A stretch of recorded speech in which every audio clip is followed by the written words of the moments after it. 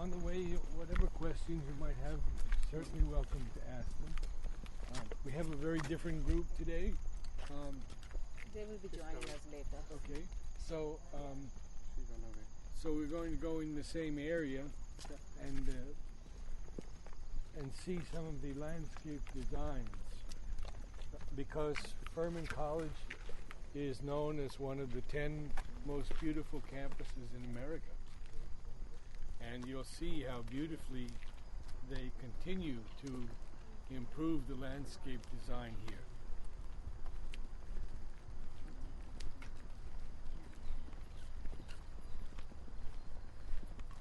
Will you share something about Mother's time in Japan?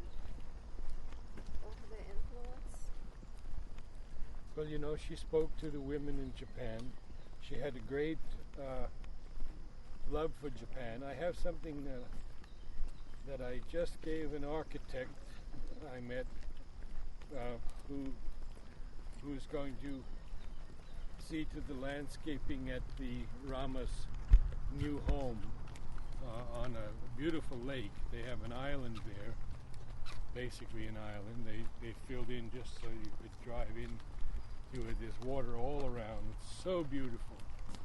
And in this letter, this selection of quotes from Mother, Mother speaks about the beauty of Japan and how that's one of their great gifts to the world. And she says it must not be allowed to die out. I've been twice to Japan, and you know they've accepted a lot of the Western ways. You don't see kimonos very much anymore, and you see Western dress mostly. But if you go out into the countryside, there's still that great beauty where everything people touch is imbued with beauty. And I went to, I can tell you about that real quick. I went to Kyoto, the famous gardens where Mother went. And in Kyoto, we had a tour of this monastery. And this gentleman, a monk, took us to each building, and I have never heard more perfect English in my life. And he gave us a tour and described everything in such beauty. So we finished the tour, and I said to him, "May I come back tomorrow and ask you a question?" Yes, come. So come at 8 o'clock. So at 8 o'clock I knock on the door, and it opens, and he's there exactly at 8. And I say to him, "Sir, I have a very important question that slow, no English. No English." He takes me to the first building, and there's a bronze plaque, and an Englishman had taught him to memorize in perfect English the story of each thing. So, all right, so I go slow. I said, "Tree outside." The tree was wrapped in bundles of straw. It was a pine tree, 50 feet of straw bundles all around it. And the tree was maybe 80 feet, 90 feet high. I said, "Tell me about tree." He said, "Tree sick. Give medicine. 200 years more? Okay." What a thing. He was in his 60s or something like that. He'd be gone 30 years or so. 200 years more, the tree would be okay. I went to Japan last year, but I never get a chance to go to Kyoto. I went to the Tokyo, but it was about 700 or 800 miles from Tokyo, so our tour never went there. But it's beautiful. Yes.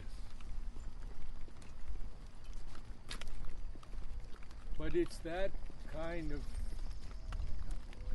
aspiration and love that we have to have for nature to bring her back to health.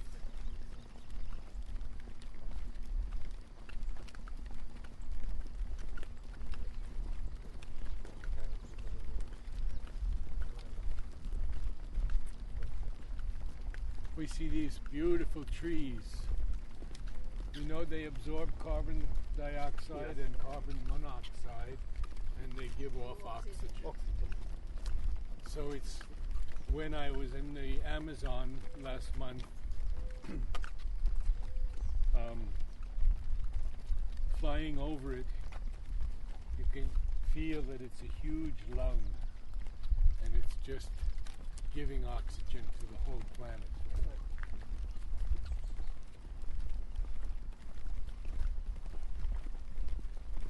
I feel like sharing with you. We were in Vancouver. They have this longest gondola ride over the forest.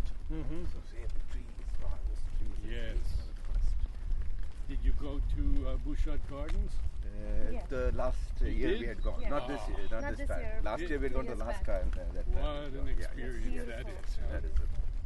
Yeah. Flowers. And actually, Vancouver, Victoria, the hanging baskets of flowers in the street, I've never seen anything like it. Yep. It is so beautiful. But Europe has things like that. No, Some places, yes. yeah. I just got an email from somebody that the most beautiful garden of the world is in United Arab Emirates. I have the pictures at home. I have the pictures Yeah. too, but that's Artificial. yeah. Okay. Yeah. Even though we have not seen it, I can imagine what you're saying. Like Dubai, okay. right? Plastic palms and all this. Right? To some degree. Let's yes, look at this these country. pine trees here, these great pines. And we know all about pine cones. These are evergreens. And evergreens, we do not see the leaves drop. Although they drop, they don't drop all at once. You can see the pine needles on the bottom. So there's a constant renewal of the foliage. Dropping, putting on new leaves, putting on more leaves, dropping again. The pine straw is one of the best mulches that we have. And you probably know that. You've seen that. Yeah, it's You a can- fine mulch. You can put it on a slope, and a bare slope, and the water will not erode the soil because the needles interlock, and so the rain is absorbed. Now the significance of all the evergreens, Mother's name, perpetual vitality.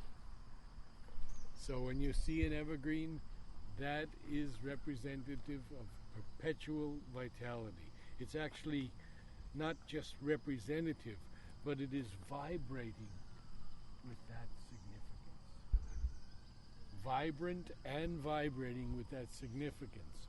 And many times I have sat at the base of these great, great trees, especially in the Sierras, in the redwood country. What power is in them. And that power is transferred to you if you're open to it. In any big, big tree.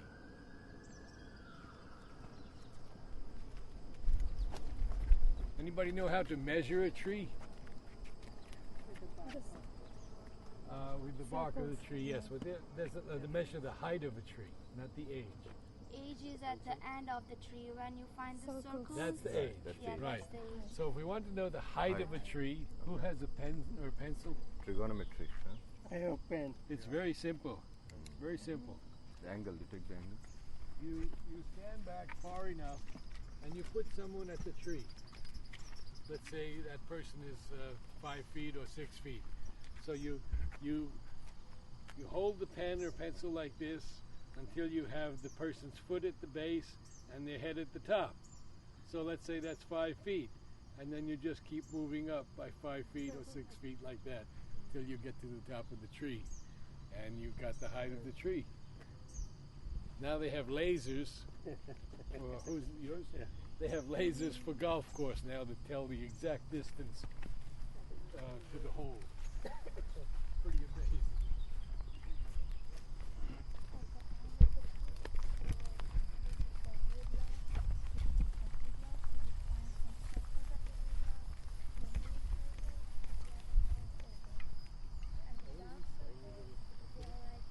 Very acidic, yes. Long, long needled pines. Beautiful pine. Look at the length of these needles. Look at that. Probably at least a foot, huh? Look at that. There are short needled pines also, but this one's really good for the mulch.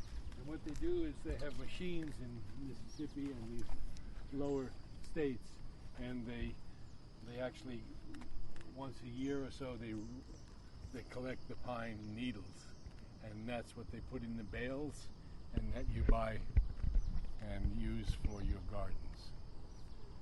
Call it pine straw. But then don't you have to counteract it with something because it's acidic? Won't it? No, because it's not in the soil.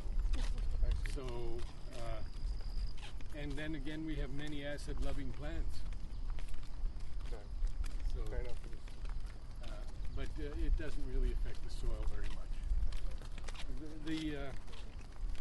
The way we tell acidity and alkalinity in the soil is called pH. Yeah. And we know pH from medicine and everything else. I mean, so a pH of 7 is neutral. And you can use a little testing thing, a soil test. Yeah. And to get your pH, it's very important because plants only like a certain range of pH. If it's too acidic, they won't do well. And if it's too alkaline, they really won't do well. So to an acid soil, you add lime, which sweetens it. And any of you who have grown hydrangeas know that if you want a pink hydrangea and you have a blue plant, you just put lime all around it, and next season it'll be pink. If you have a pink hydrangea and you want it to be blue, you put acid food around it, acidifying food. We have all kinds of acidifying food in the nurseries. My mother used to, when we were kids, she would say, get all the nails, rusty nails, and put them around so we could, the rusty nails would turn it to color.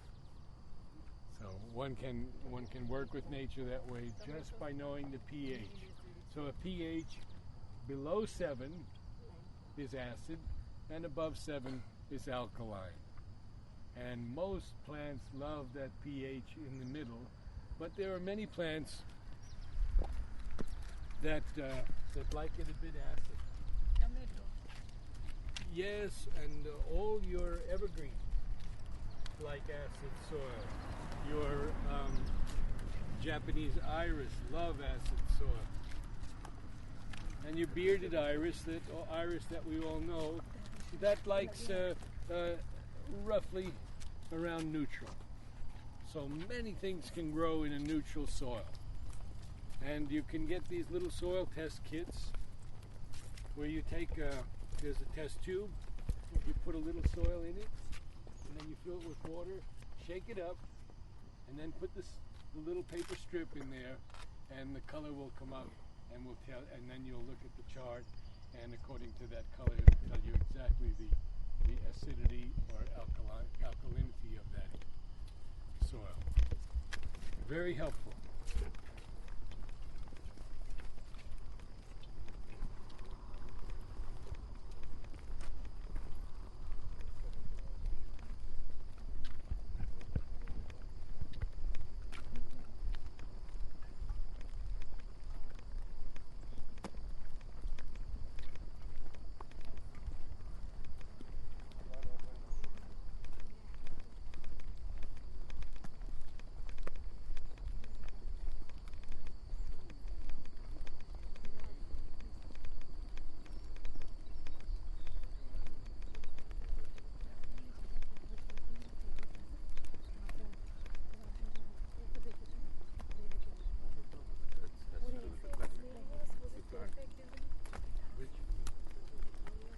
Perfect. Vigilance. Is that the tree or the flower in it? The flower. This tree has a flower. You mean this? Yeah. We saw one yesterday. It's out of season, There's one open. but we did see one. And on the backside this morning, It's a I white- saw big a white couple one? big white Yeah, I flowers. think I've seen those. Huge white flower. Now, these are the seed pods. And inside here, when these are ripe, there'll be red seeds or reddish-orange seeds. This is an evergreen also, with beautiful... I'd like you all to feel this, the back side of the leaf. Feel the back side of the leaf. It's so lovely. So what tree is this? Magnolia. And the genus is Magnolia, and the species is grandiflora, big flower. Magnolia grandiflora. They have two types like this. There are many, Because I have many one at my magnolias. home. It smells so good and it's little small flower. Yeah, that's But it smells so good. yeah. Oh, it's a I wonderful smelled fragrance. yesterday one of these, but it's different. Yes, these magnolias that have been brought into the world through hybridization by man. We have Samuel Summers, we have St. Mary, Magnolia St. Mary, and these are all smaller plants, Yeah. not huge trees Yeah, like I know this. the Yeah. small one. And the flower's not as big, but very Yeah, fragrant. but it smells so Beautiful good. fragrance. When somebody comes to my house in the evening time, you say, "What is this smell?" Yeah, exactly. So nice. Yeah. And in India, of course, we have the jasmine. Yeah, jasmine. We have the tuberose. We have these intensely fragrant flowers. Narad, these seeds are ready to be used? These seeds? No, no. They have to grow a lot more, and then they'll expand. And actually, you'll see the seeds in the middle of the cone. Oh. Yeah, and each cone will have many, many seeds. And those seeds, when the cone splits open, then they're ripe.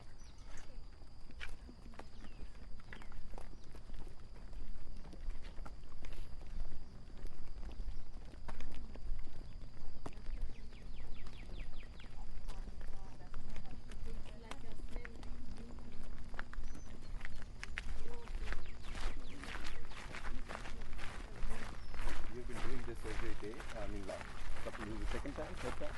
Second time, yes.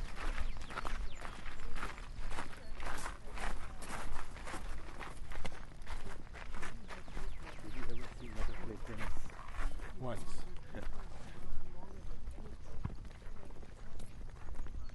You're still playing tennis in the 60s? Just once. The question was, did I ever see Mother play tennis? And I have a beautiful story to tell you about my friend.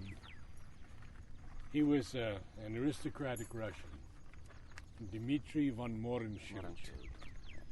And we met when I was in my 20s, early 20s. And he lived in the ashram at Golkond. He retired there and passed away at about 100. Now, Dmitry was in the Tsar's navy. And when the Russian Revolution happened in 1917, he escaped to France and then eventually made his way to America. One of the most brilliant minds I've ever met. His English was so perfect, and he had words that I'm still struggling to understand as his natural conversation. Well, he had a friend, a mutual friend, Eleanor Montgomery, in New York City. And Eleanor said, really, you must go to the ashram and meet Mother. She gave him the book Prayers and Meditations. And when he read Prayers and Meditations, he said, I have to meet this being. I mean, it so moved him. He was at the time editor of a periodical called the Russian Review. And it was a collection of all the samizdat, which is the secret underground papers that people would smuggle out to him about what was actually happening in Russia. And he did that Russian Review for more than 40 years. It's now a collection in the Hoover Institute in California. There's a room dedicated to it. So he comes to the ashram, and he hates everything. He doesn't like the regimented marching of the children and the older people. He doesn't like the idea that there's all these money-making departments and everything, and he's ready to leave. So Elena says,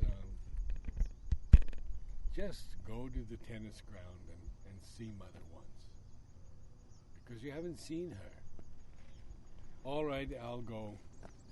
So he walks to the tennis ground, and he sees Mother hitting the ball.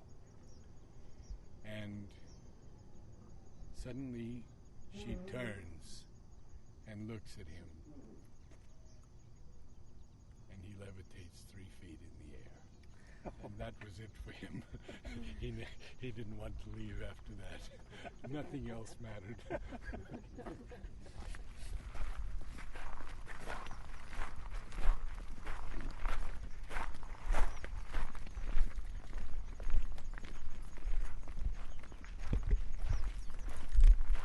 we going to see the water lilies? Yeah, we'll see the water. You take me. I don't remember. Little stomach down. I'm taking you here just to show you the beauty, simple beauty of landscaping, the beautiful curves that they have made with the grass and the junipers, the daylilies, and little taller shrubs behind them, and then the wonderful, wonderful building with the natural tile shingles. And we're going to walk up here, look at this wall, how wonderfully and with such perfect attention to detail that they have laid each level of stone so carefully. They probably used a plumb line, but it's some of the best stonework I've ever seen.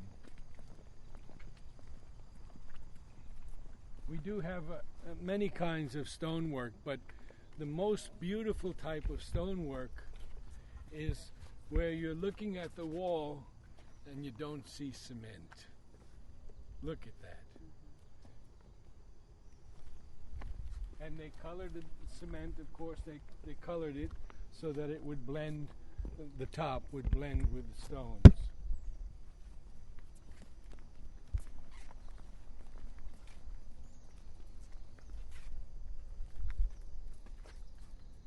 Okay, this is a type of, I believe this is Morea, and we can see here how many seeds in one pod. And the seed, if you squeeze it hard, you can tell if it's viable, if it has life in it. If it's papery, it won't have any life. So these are all living seeds, and will be, in this case, the exact duplicate of the mother plant. The seed varies in many species. For example, Shadalu was talking about the plumeria, psychological perfection. Anyone been to Hawaii? No? Yes? In Hawaii, often, especially in the olden days, it was the plumeria that was the lei that they put around your neck. that beautiful, fragrant. Now they use orchids and other things too, but when the plumeria gives seed, no plant comes out exactly the same as the mother plant. So you can have a seed pod of 50 seeds, and you'll have 50 different plants. Very often not as good as the mother plant, unless you consciously cross it with something. You choose the best parent plants and cross them, then you are liable to get something very special. And that is hybridizing. And if we have an opportunity, I can show you that very simply. But I wanted to take you, just look at this building, the view that you have down below, the lake in the distance. You have trees here that, well, there's a group of more dwarf magnolias right there, not the big one. You see the leaf will be a little smaller also, more compact plant. And then you have the dogwoods, you have maples that will be brilliant fires of red and yellow and orange in the fall. It's just so beautifully done. The pathway in the brick where you don't see cement. Here where you need it to have an absolutely smooth surface, it's done perfectly. A beautiful slate, the walls, the wood, and the view. Ah.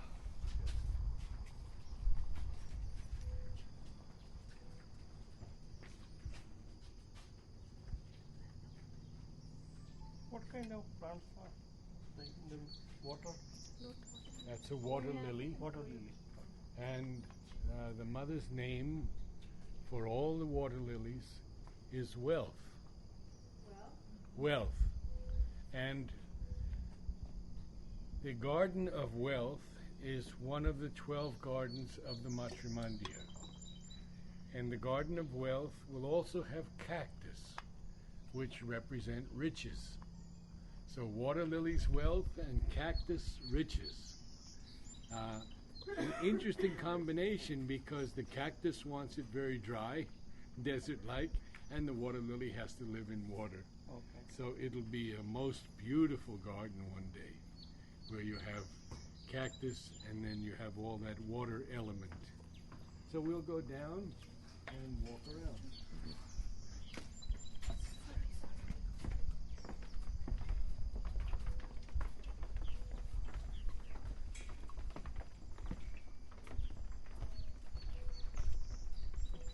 You can see here, this is a red bud, and here are the seeds beginning to ripen. And there's no sculpture like nature's sculpture. Every seed is different. As Swadali was saying, nothing is repeated. Everything is different. Each seed is different, slightly in its shape.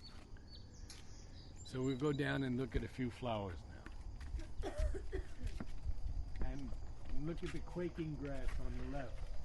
Beautiful, beautiful grass. With its seeds beginning to ripen.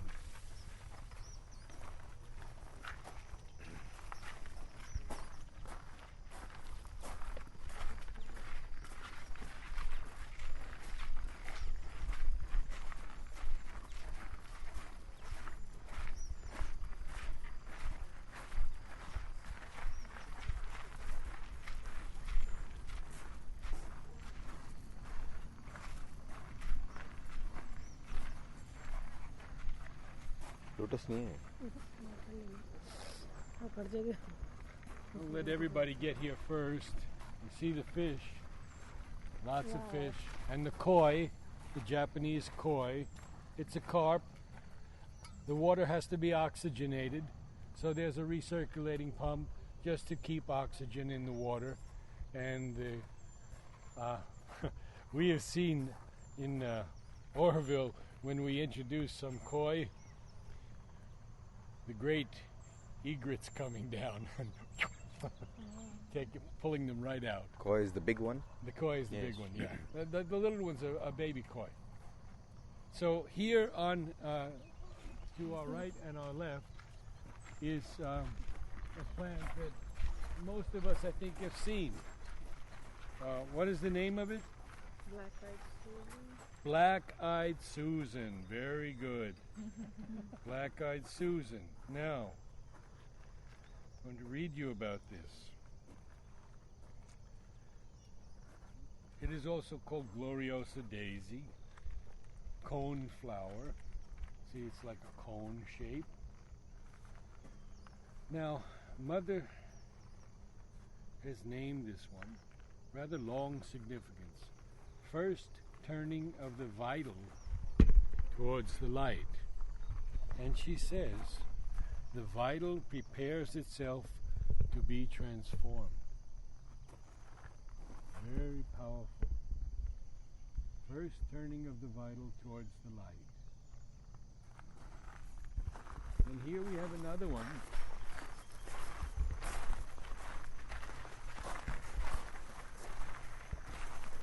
And the name of this botanical name. Now we have botanical names are always the sure identification. Common names, maybe 10 different plants could have common names, but only the botanical name will apply to one plant. And this is Gaillardia, and Mother's name is Cheerfulness. It's rather cheerful. These are the Japanese iris that like wet conditions.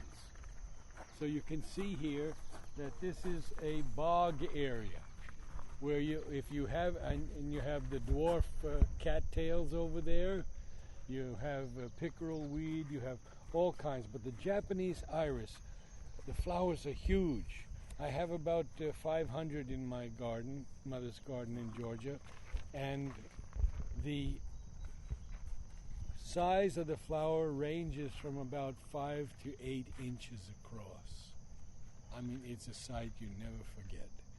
And they just like their feet dipped into the water or into damp or wet soil. So they finished, early June is their flowering season.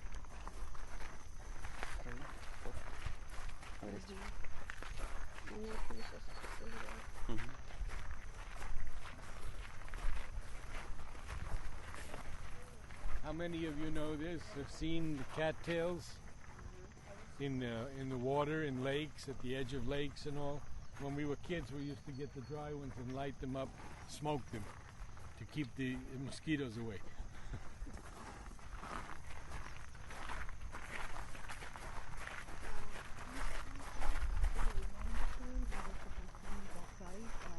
Which ones?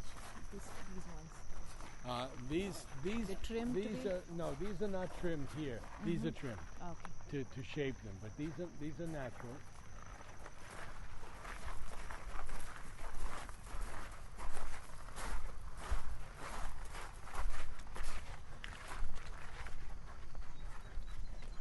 I want to ask you a question that what kind of roses mothers like the most?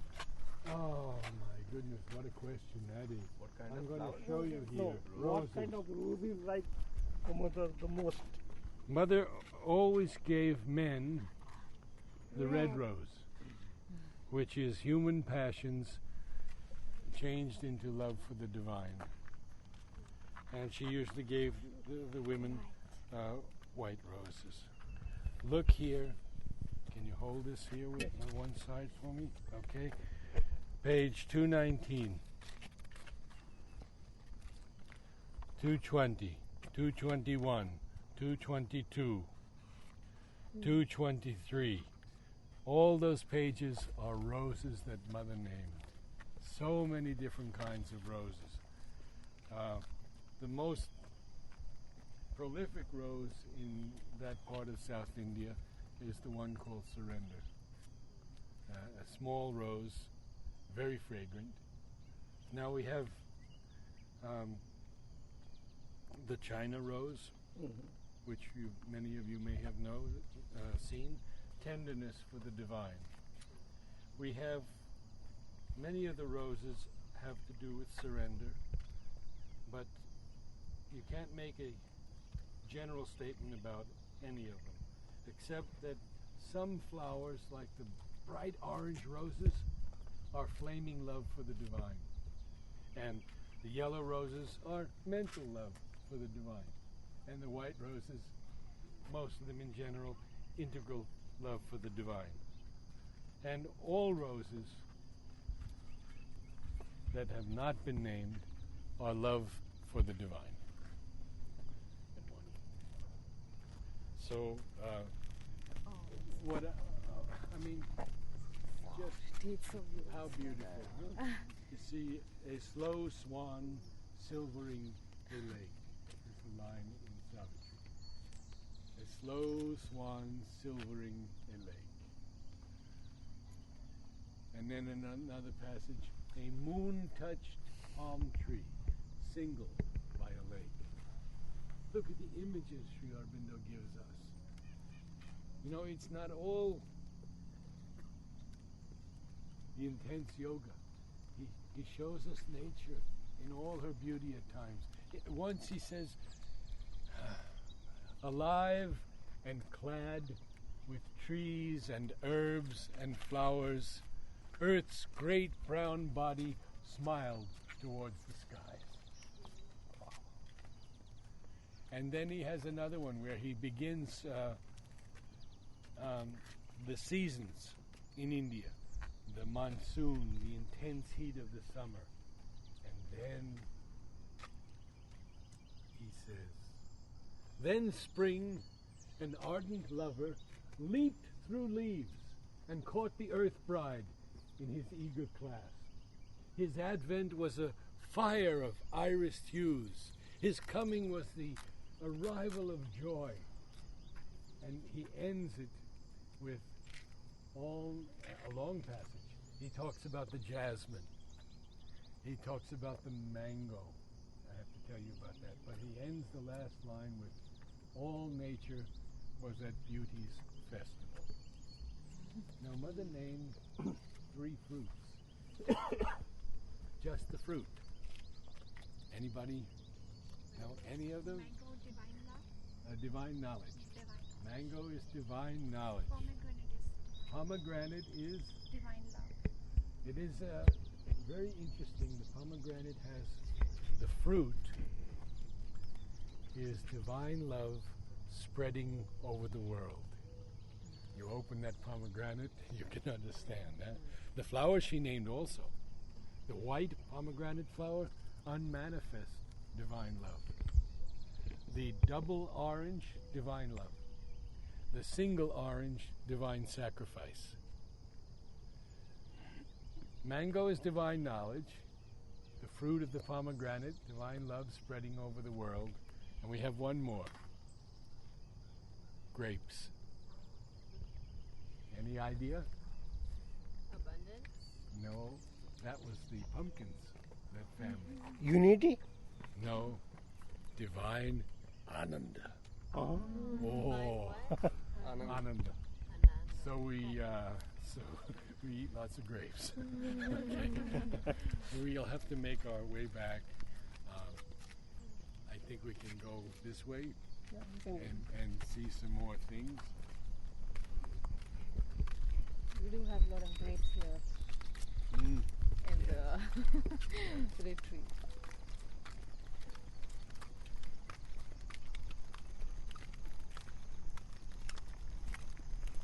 You see the sunlight on the trunks of those trees. Those trees are all intimacy with the divine. And we sit under one. Integral intimacy with the divine, the pure white. So we'll have some colors here to look at. Now remember the bark where you sat, where you sit every day under that tree, the bark is excoriating, peeling. And these beautiful, beautiful examples.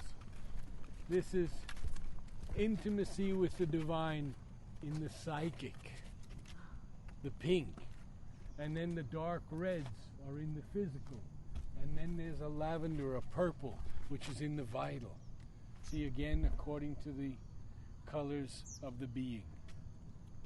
Material, the dark red, red, the physical, purple, the vital, pink, the psychic, yellow, the mental, then the higher realms of the mind, the blues, up to supermind, gold and orange. Those colors are universal representations. Like it's not just in flowers. It's mother.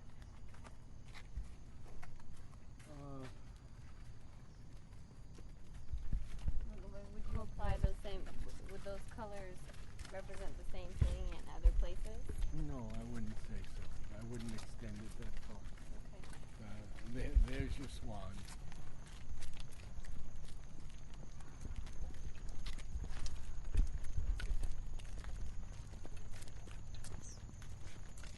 Did mother say anything about the rising sun in the morning? Not as such, but she does speak of the sun, of course, as the giver of all life.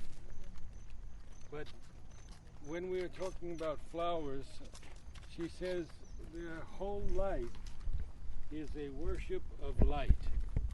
Light is, of course, the material symbol of the divine, and the sun represents, under material conditions, the supreme consciousness.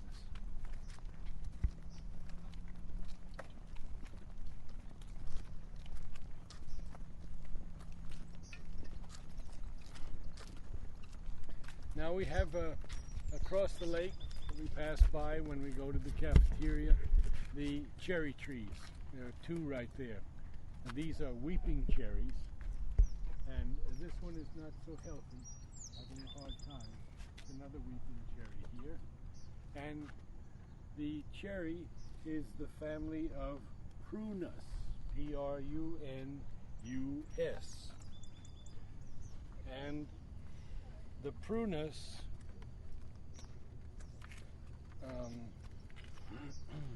Mother has named the Japanese flowering cherry right here, smile of beauty. When it's in bloom, I mean, anybody been to Washington, D.C. during the cherry period? Yes, you have? Oh, wonderful, good. And then we have Prunus communis, which is the almond tree, and that is smile of nature. So both are smiles, smile of beauty and smile of nature. And when you could just see that fellow when that cherry is in full bloom, that pink against the white, against the lake, against the green of the grass. All nature was at Beauty's festival. There's the pop. Ah, yeah. Look at it, huh?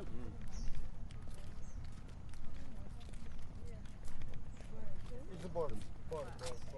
Hmm? Bright blue. I think it is. We have a great blue heron on the lake where I live also, and there's one in the cherry tree. Now the great blue heron is a great fisherman, and he stands at the edge of the lake, absolutely still, never moves, and the fish, because they don't see his movement, come close and he gets them. Now I have an interesting story about the great blue heron. My friend, good morning, who lives on the lake also, went out by the lake one morning from the house, and he saw this great blue heron choking to death. It had swallowed a fishing lure, and the fishing lures have the barb, and you can't get it back up. He grabbed it in his arms and took it to the veterinarian, and the vet said, well, there's only one way. We have to take it out through his chest. And he cut all around the chest, lifted it out, and pulled the barb out, sewed him back up. In 1 week, the heron was flying over the lake again.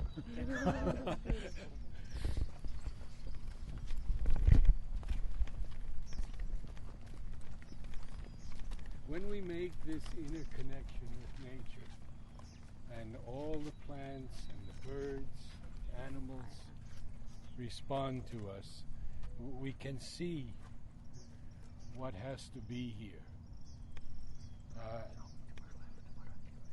For example, I had a pair of mallards who would come to me when they were very little babies, and I would feed them. And then as they got bigger, of course, they didn't want to be around man very much, and they would eat from a tray. Then the word got out, and one wild mallard, they were all wild, of course, but one mother had 9 babies. And they would all walk up the hill behind the mother. And I had to get a big chicken feeder to put 50 pounds of corn in there. And that mother would let each baby eat all it wanted, and only then would she begin to take a bite of the corn. Then I had a friend who was a swan. Her name was Juliet. And swans are not the most beautiful creatures in the world walking up a hill. They waddle. But in the lake, they're perfect. She would walk up the hill to greet me regularly and put her neck around my neck. And actually my wife took a picture of that one day. And that, there's no feeling like that unity with all life. Snakes become my friends. They walk over my feet and go into a pile of leaves to find some food. The most dramatic story I can tell you, and then we have to get back, is I returned from the ashram. I've been living alone for a long time, and I felt very ill. And of course, there was no one there to help me. So I was lying in bed, trying to, calling mother and trying to get over this. And I hear this high-pitched cry. And I get myself up and I walk upstairs and go out on the deck. And there's a hawk. Big hawk. And in 1 second, she brushes my head with her wings. Fever's gone. No more pain. I go out and I start working in the garden. I realize that she is starving. And I had met a man some years before who photographs raptors, the hawk family, falcon family, in cities. And he was doing his work in Atlanta. So he said, you get chicken legs, raw, not cooked, and she'll take them if she's starving. I went out on the deck. Of course, she had just healed me. I had no fear. I held the chicken leg out. It was gone in her claws, just like that. Every other day for weeks and weeks until she was strong. And now it's years later and she still remembers me. Now the sequel or the end of the story is not yet. I come back to the ashram and my friend Bharati Reddy has told someone else, and I hear of a story. She knew I was ill, and she went and she prayed to Mother. She said, Mother, he sometimes doesn't like to ask for human help, so please go in whatever form you like. And I only learned this months after when I came back to the ashram. That, okay, we have to go.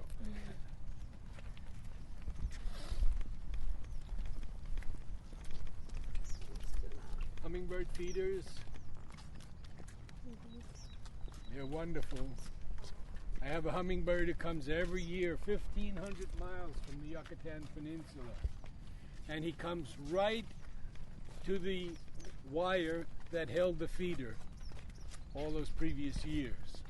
And if I don't get the message, then he comes to the window and hovers in front of the window till I get the message in front of my sink. And then if I still don't get the message and I walk outside, he buzzes over my head. And then I have to make the mix up and bring out his food. They're very territorial. They chase each other all away. And there's another hummingbird feeder. The red, you see the red shining there? It's just a mixture of sugar and water. Of course, they make these mixtures. There's the feeder there. And they're so delightful to see. And one day I was out in the garden, and I was just watering some plants, and I wanted to spray the dust off one plant, and the hummingbird came and danced in the water, and that's something people have seen. You just hold the hose up, a very fine spray, and they'll come and they'll play in that water. It's almost at 7:25. Okay. We're not missing breakfast, are we?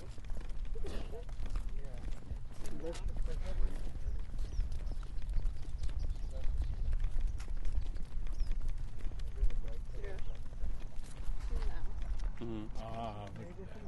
Yeah. They always. If you have any questions as we're walking, you certainly feel free to ask. The basic question with the flowers, mother would give all visitors, or how often, or what you give us some idea. Tell us a little more about how she would give flowers, when, and. Well, when you went to mother, you always brought flowers, and we have a flower room in the ashram, and you'd go to the flower room, and they would give you a bouquet to bring to mother. Now, mother has made a comment about this. It's in the book that many people would get fresh flowers, and by the time they brought them to mother, they would be wilted. And others would take a wilted flower, and by the time it got to mother, it would be fresh. That says a lot about us. Any significance about the lotus? The lotus, yes, good question. The white lotus is Aditi, divine consciousness. And the red lotus is the avatar, Sri Aurobindo. Aditi and the divine consciousness, avatar, the red or the pink lotus.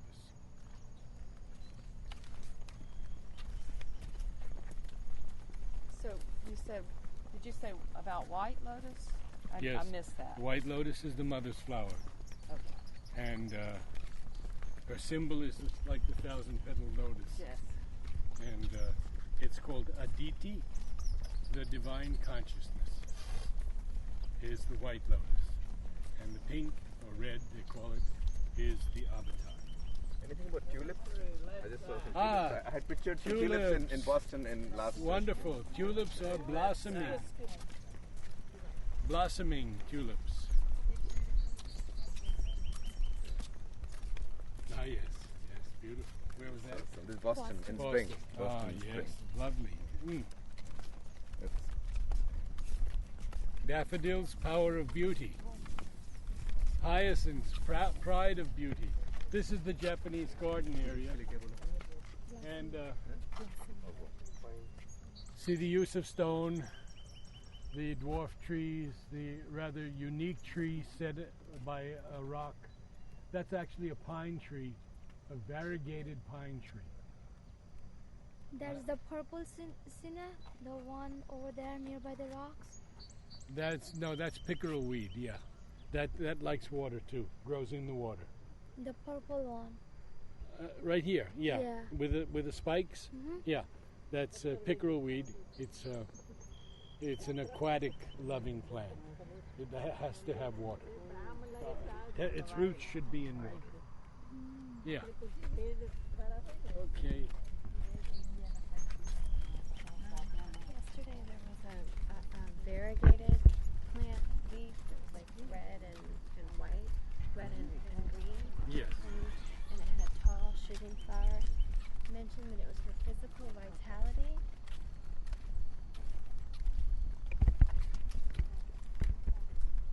My pen wasn't working. So I was like, oh. But you had said if like you're feeling tired and depleted and maybe your body is a little more weak, this plant has something to offer your like physical vitality. Okay. Also, Coleus, strengthen the vital. Yeah. That's what it was. also it's the vital. Yeah, it's the vital. Coleus. Coleus, C-O-L-E-U-S.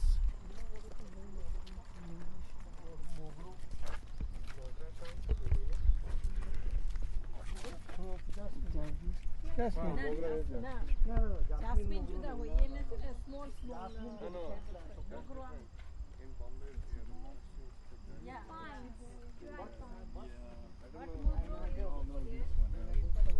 See the seed just forming here now. Rather spiky. But beautiful leaf shape. Only thing is it's not so good in pedestrian thoroughfares because you don't want to walk on those. These are the hibiscus, right? That's a hibiscus. Yes, yeah, it is. what's its significance like? I Well, had the red one that okay. blooms. The single red one Yeah, the is single red. dynamic power. Dynamic Many power. of the hibiscus are power. And we don't have one here to show you. There is one there, but Is there one? Oh yeah, that's that's look like coccineus. his. That's a native Yeah. hibiscus. Okay. And it's very different from the hibiscus originally from China, Hibiscus rosa sinensis, from which we derive all these great new hibiscus. But I can just show you a minute how you pollinate a hibiscus and get new flowers, if you'd like to see that. Yeah. Okay, fine. hibiscus mati tea thai nahi sandip ke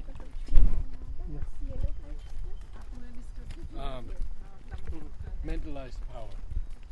Yeah, and the ladyfinger also has a yellow flower. That's also mentalized power. Would this plant grow in New Jersey? Would it tolerate frost? I've never seen it that far north, but you could try it. You could try it. It is a native. The one which grows at my home are single but large enough, twice of this size. Oh, that's called Southern Belle. I know that one. Twice It of comes this in size. pink, it comes in Red, white and yeah. red. Yeah. Yes, yes. So they are not from the hibiscus family, Twice large. Yes, they're all hibiscus family. but twice larger than this one. Oh, yes, very big. Nah, our southern belle. Okay. એના Now, તો leaves ખબર છે the મોટા reason- હોય છે the આપણું reason છે why- પાછું જુદું I show you this for hybridizing is because the reproductive organs are so clear. In many plants, they're very difficult to find, and only a moth can go down the tube, or an insect or a fly can pollinate it. But here we have the stigma. And the stigma is often sticky, so you can remember stigma. Because the stigma has to hold the pollen. Okay, the stigma is the female part, and then this is the style here, and here is the ovary. So we have on the female part stigma, style, and ovary. And in the male part, anther and the filament, the little tiny wire that holds the pollen. Huh? So, to make a hybrid, you will take the pollen from one flower pick that flower and dust the stigma, and that's all. And if it's fertile and it's at the right time, I used to do it mainly around 10:30 in the morning. That would be ideal. You dust it, and then it will travel down here and fertilize the ovary, and the seeds will form here.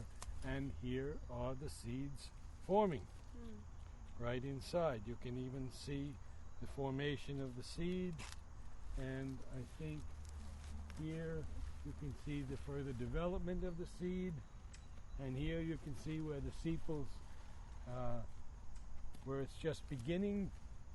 So these seeds, if ripe, you could start, but you see this is the previous season's seed pod, and now you have the current season, and you have no more old seeds and not yet ripe on the new ones.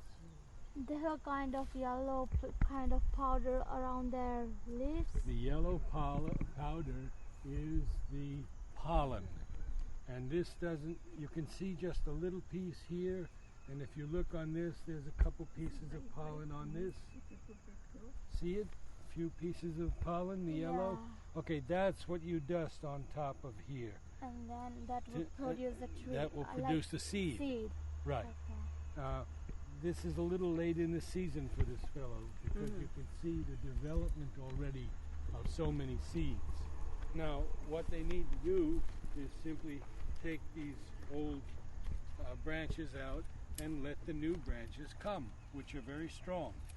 How do you see if a branch is alive or dead?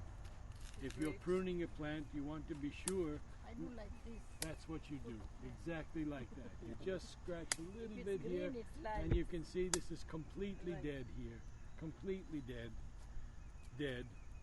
and that obviously is telling us it's alive, but sometimes you don't always know, so you just do that little bit, and then you'll know where to cut back with your pruners or your pruning saw. Okay.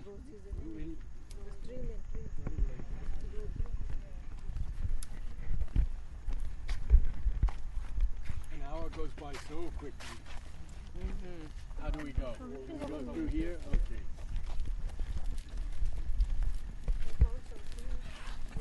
You did? Let's see. Okay, now, very often these are eaten by insects. These are the seeds, and actually, when you squeeze it, squeeze, empty, right? See? If it were viable, fertile, it would be hard, hard like a rock. These have already been eaten by insects. You got a good one. Yeah, there's one hard in it. Good. You got a good seed. Very good. Okay, that's observant. So you don't see any plants, any baby plants growing from the seeds around there? Yeah, sometimes you can see them. The birds are great carriers of seeds. Seeds have seeds have different ways of germinating. The sandalwood tree, the seed has to pass through the intestines of the civet cat, and the acid in the civet cat's stomach softens the coating on the seed, and it can germinate. In other cases, the bird has to eat the seed and pass it through, and it germinates. In some cases, a fire has to break that hard coat of the seed. Now, in other cases, water. The seed has to soak in water for some time. Amazon forest. So we have many, many ways in which seeds germinate.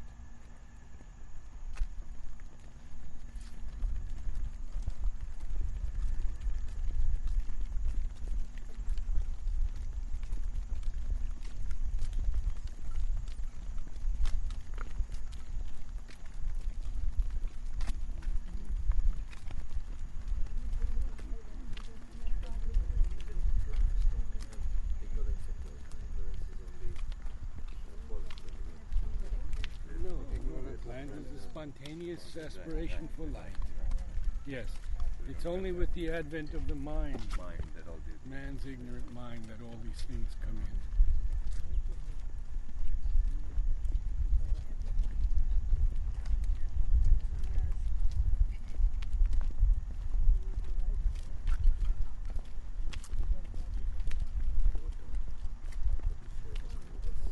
very simple thing I had written a few days ago.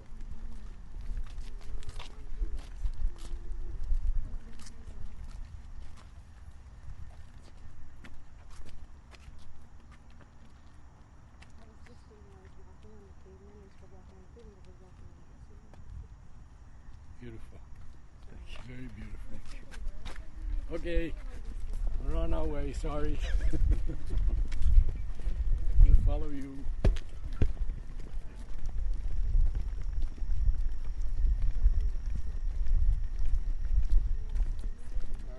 Sometimes on the rose plant, when we say sex, keep eating on it. Yes, How much ever you want to control, it's very difficult. very difficult. How do you, is there anything you can do to the soil to Not really. Other than chemical treatments, it's very difficult. But there are things that you can find on the internet. Look under organic insect control for roses, and it'll tell you a lot of things. Yeah, we tend to spray it. It's not always successful either. Yeah, it's almost like it's taken over the plant. At that point, you almost have to resort to chemicals. Yeah. And so you get what's called rose and flower food, Yes. which is, you see, that was another, I didn't tell you that last night. Mother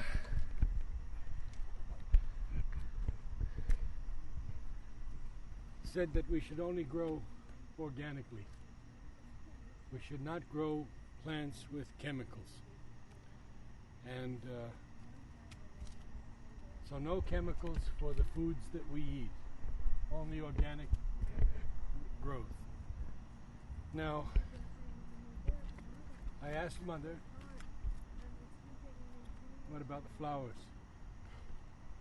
And she says, for the flowers you can use chemicals. Wow, that was a revelation. And organic people don't like to hear that. But I ask you this. If you are seriously ill and you need intravenous or injections, are you going to say no, like some Christian sects, or are you going to take it to keep the body alive and move on? Okay? So in some cases, especially about the roses, if they're being so attacked, we have what we call systemic control, in which the root system takes up what will kill all those insects. So you do it once or twice, and then you've got balance achieved again, and then you don't do it. So Mother taught me so much with that one statement. Yes, we can use it, but we must use it with great care, great sensitivity. We don't just go, as we saw in many areas of the country, the planes fly over with chemicals. And, oh my God. Absolutely. But Yes. it can, you can also intervene in the vegetable garden if it's infected once in a while with chemicals, or No, it's only for the flower. only for the flowers. Yeah. So how But do you there are keep certain it? things like there's Bacillus thuringiensis, which is a natural bacillus, I see. and that takes care of all the worms, all the worm larva family. You can use that, and it's available in all the garden centers. You just spray it on and it takes care of that. So I heard avocado is being grown in ashram in the lake. Is that one kind of avocado? I grew avocados at Matrimondia. I had wonderful avocados for years. So they can grow there, and they are actually grown in Oro Orchard, which is in Oroville, at the outskirts of near Mortandi and Promes. where now it's becoming a highway. From the growth in Pondicherry in the past 50 years is unbelievable. I mean, now you can't even get a house for less than 20,000 rupees a month for a flat. Yeah, I mean, it's incredible. I was just offered a flat for only 20,000 rupees a month. Whoa! Naradji, what is the significance of, I don't know the name in English, but I know the name in Hindi. It's called Mogro. It's very White, very Mogra is aromatous. jasmine. It's jasmine, Mogra. And it's purity. Mother's name is Purity. Is it jasmine? This one or that one? Then what is Ratrani, the night? Night Queen. Yeah, what is that? Yeah, that night queen is Cestrum nocturnum, and Mother has named it. And its name is. Here we are. Air. And the day jasmine, queen of the day, is light. So the one that blooms in the day is light, and the one that blooms in the night is air. So is it true like jasmine and the night queen, they get infested very easily? No, they're quite resistant. Quite That's resistant. what the Nancy, because I told him to get a new plant. He said that don't use that because it gets infested. No, but that, I feel so bad now. Someone had given me that Mogra diya tha usne, I a know. patient The of double mine. one or the single one? We don't know, it wasn't flowering at Oh, that I time. see. But, The Mogra he had given me and I didn't take care of it. So I didn't take it. I killed it. These trees are Integral intimacy with the divine in front of us. Wow, that's so symbolic, huh? Very, very symbolic. Is that what it is? And what is the botanical name? You said it was. Lagerstremia. Lagerstremia. This is in between the Indian variety and the Japanese. Yes. So symbolic. The Lagerstremia and the common name, crepe myrtle. Integral intimacy. Crepe myrtle. It's, I find hard to believe, huh? Is that what it is? You're not making, I mean, obviously you're not making this up. Integral intimacy with the divine. Here's the book. Here's the book. I mean, that's so symbolic. That's just imagine how it happened. Lagerstremia indica white, integral intimacy with the divine. The entire being no longer vibrates except with the divine's touch, and we sit under it.